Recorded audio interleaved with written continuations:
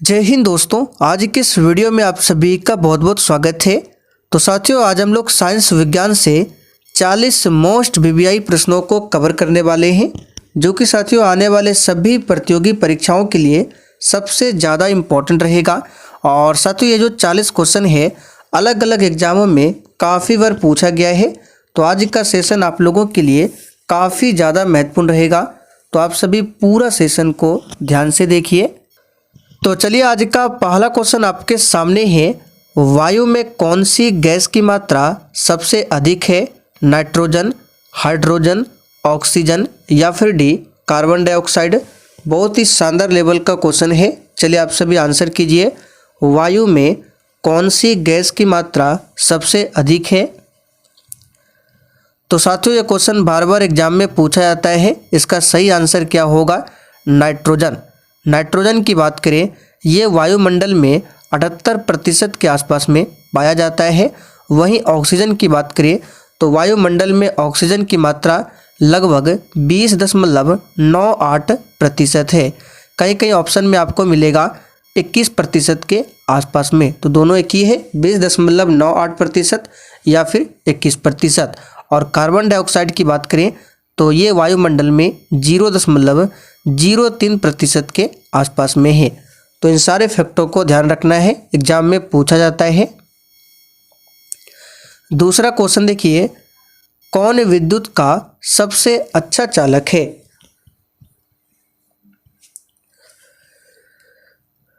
तो साथियों, यहाँ पर इस क्वेश्चन का आंसर क्या होगा? सी ऑप्शन, चांदी यानी कि सिल्वर। यह विद्युत का सबसे अच्छा चालक माना जाता है।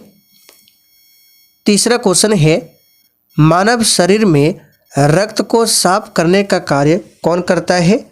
यह क्वेश्चन एग्जाम में काफ़ी बार पूछा गया है। चलिए आप सभी आंसर कीजिए।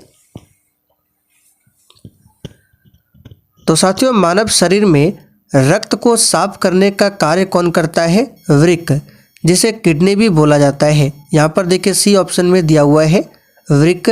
यकृत ग्रंथि की बात करें तो यह मानव शरीर की सबसे बड़ी ग्रंथि है। भोजन की ऊर्जा को किसमें मापा जाता है? बिल्कुल टॉप लेवल का क्वेश्चन है। और साथियों, आपको एक भी क्वेश्चन को स्किप नहीं करना है। प्रत्येक प्रश्नों के उत्तर आप सभी को नीचे लाइव चैट में या फिर कमेंट बॉक्स में बताना है। तो देखिए, भोजन की ऊर्जा को किसमें मापा जाता है? इसका सही जवाब है कैलोरीज में।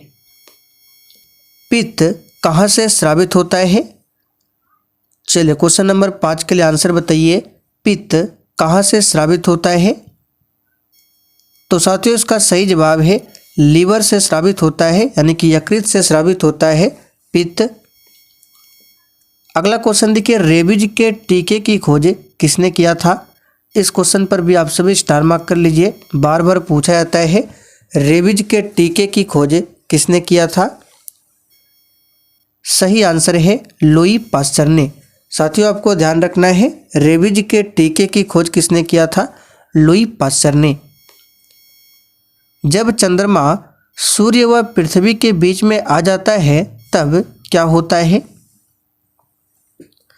चलिए क्वेश्चन नंबर 7 के लिए आंसर कीजिए। मान लीजिए ये सूर्य है और ये है पृथ्वी, और इन दोनों के बीच में आ जाता है चंद्रमा, तो क्या होता है? तो यहाँ पर इसका सही जवाब है सूर्य ग्रहण होता है। यहाँ पर बी ऑप्शन आपका सही जवाब है, सूर्य ग्रहण। शुष्क सेल किसका उदाहरण है? तो दोस्तों, शुष्क सेल जो है ये प्राथमिक सेल का उदाहरण है। यहाँ पर पहला ऑप्शन आपका सही जवाब है, प्राथमिक सेल का। आगे देखिए, एक बैरल में कितने लीटर होते हैं? ये क्वेश्चन भी काफ़ी बार एग्जाम में पूछा गया है।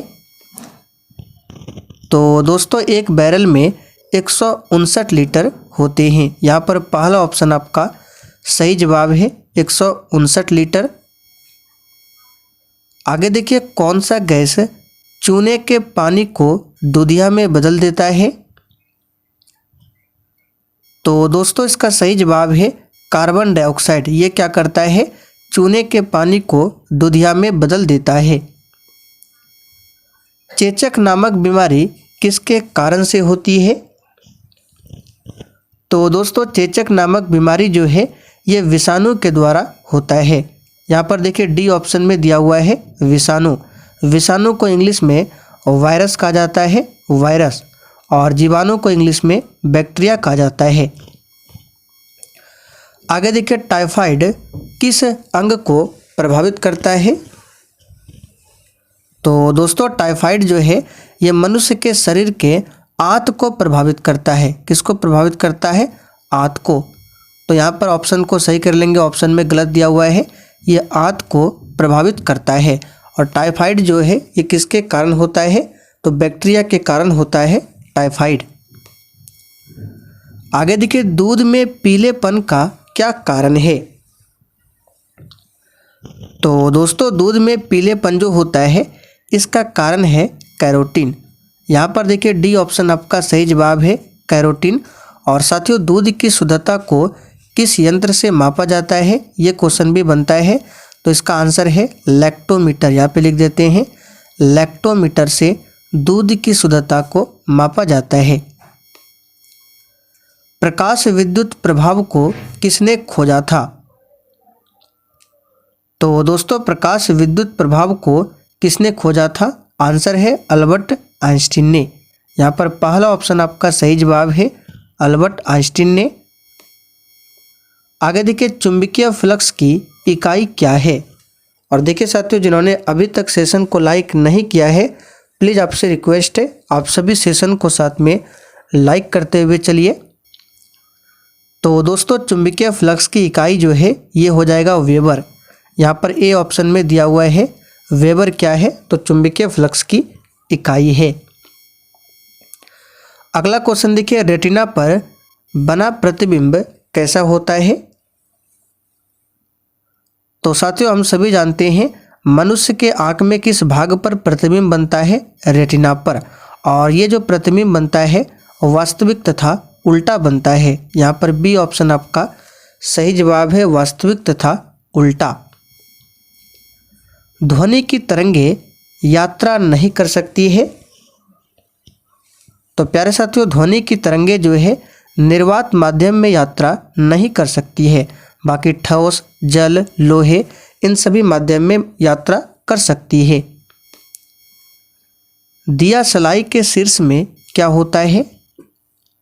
साथियों आपने माचिस की तिल्ली को देखा होगा, ऊपर में जो होता है तो शीर्ष में जो होता है वो बना होता है फास्फोरस का। और कौन सा फास्फोरस होता है? तो इसमें लाल फास्फोरस होता है। ए ऑप्शन आपका सही जवाब है, लाल फास्फोरस। मछली के हृदय में कितने प्रकोष्ठ होते हैं?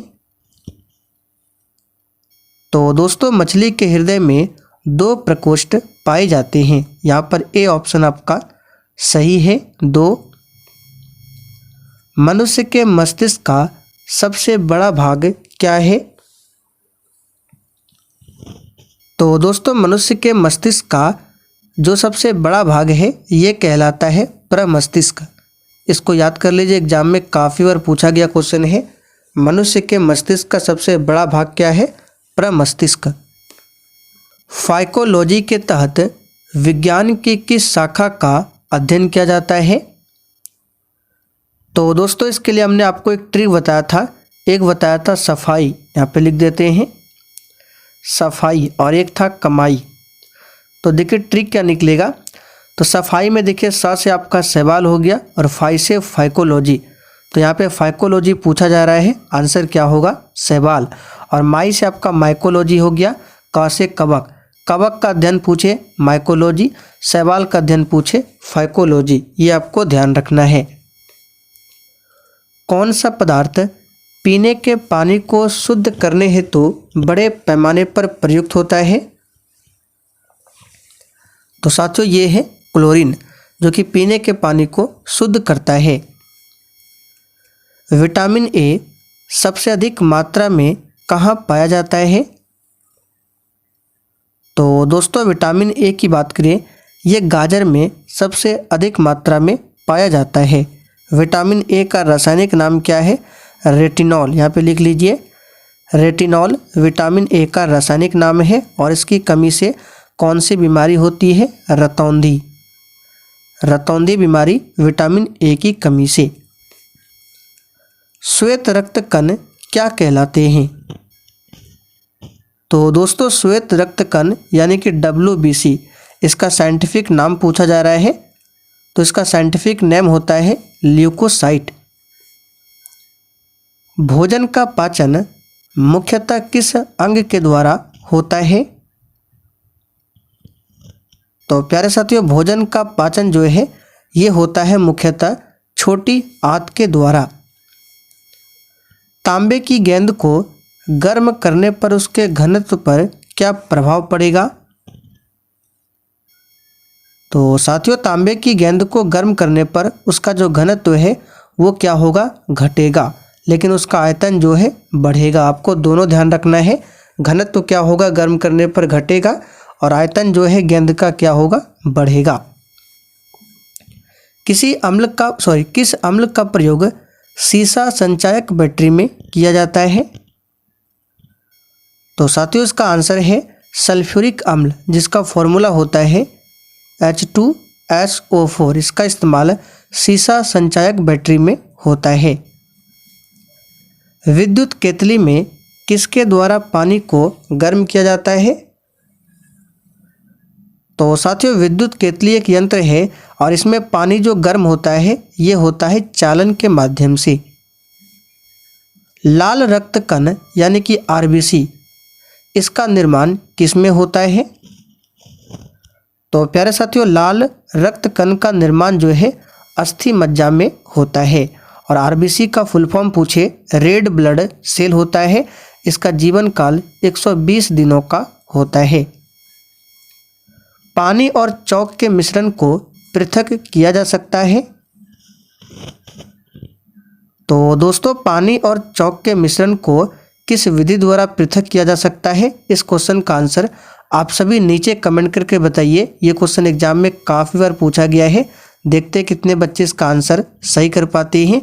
पानी और चौक के मिश्रण को किस विधि द्वारा पृथक किया जाता है? वर्षा के बूंद के गोल होने का क्या कारण है? तो साथियों वर्षा की बूंद का गोल होने का कारण क्या है? पृष्ठ तनाव है। और देखिए इस क्वेश्चन का आंसर हम आपको कल वाली क्लास में बताएंगे, तो जिनको आंसर पता है कमेंट करके बता सकते हैं। देख लेंगे कितने ऐसे बच्चे हैं जिनको इस क्वेश्चन का आंसर आता है। शुद्ध जल का क्वथनांक फ़ारेनहाइट स्केल पर क्या होगा? तो देखिए शुद्ध जल का क्वथनांक सेल्सियस में पूछे तो 100 डिग्री सेल्सियस होता है, और यही फ़ारेनहाइट में पूछे तो ये होता है 212 डिग्री फ़ारेनहाइट। आप लोग निकाल सकते हैं, इसके लिए एक फॉर्मूला होता है। पीयूष ग्रंथि कहाँ स्थित है? तो साथियों पीयूष ग्रंथि, जिसे मास्टर ग्रंथि भी कहा जाता है, ये पाया जाता है मस्तिष्क में। डिप्थीरिया बीमारी किस अंग को प्रभावित करती है? तो दोस्तों डिप्थीरिया बीमारी ये गला को प्रभावित करती है। टेलीविज़न के आविष्कारक कौन थे? तो दोस्तों टेलीविज़न के आविष्कारक J.L. बेयर्ड को माना जाता है। यहाँ पर ए ऑप्शन आपका सही जवाब है, J.L. बेयर्ड।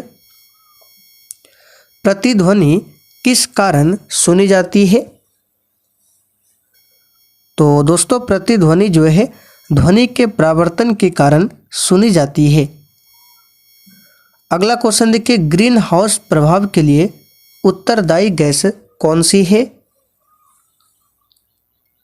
तो दोस्तों ग्रीन हाउस इफेक्ट के लिए जो सबसे ज़्यादा उत्तरदायी गैस है यह है कार्बन डाइऑक्साइड। पृथ्वी की भूपर्पटी पर कौन सी धातु अधिक मात्रा में मिलती है? तो यहाँ पे देखिए धातु पूछा जा रहा है ना कि तत्व। तो धातु में सबसे अधिक मात्रा में पूछे तो ये है एल्यूमिनियम। निम्न में सबसे बड़ी हड्डी कौन सी है? तो साथियों मानव शरीर की सबसे बड़ी हड्डी पूछे तो ये फीमर नाम की हड्डी है, जो कि जांघ में पाई जाती है। कहाँ पर पाई जाती है? जांघ में। और सबसे छोटी हड्डी पूछे तो ये है स्टेप्स, जो कि कान में पाई जाती है। पानी के अंदर ध्वनि सुनने का यंत्र क्या कहलाता है? तो साथियों पानी के अंदर ध्वनि सुनने का यंत्र जो है हाइड्रोफोन कहलाता है। यहाँ पर सही कर लीजिए, आंसर क्या होगा? हाइड्रोफोन। तो चलिए साथियों आज के लिए इतना ही। अब आप लोग कमेंट करके बता दीजिए आपने आज के इस 40 क्वेश्चन में कितने क्वेश्चन के सही आंसर किए हैं।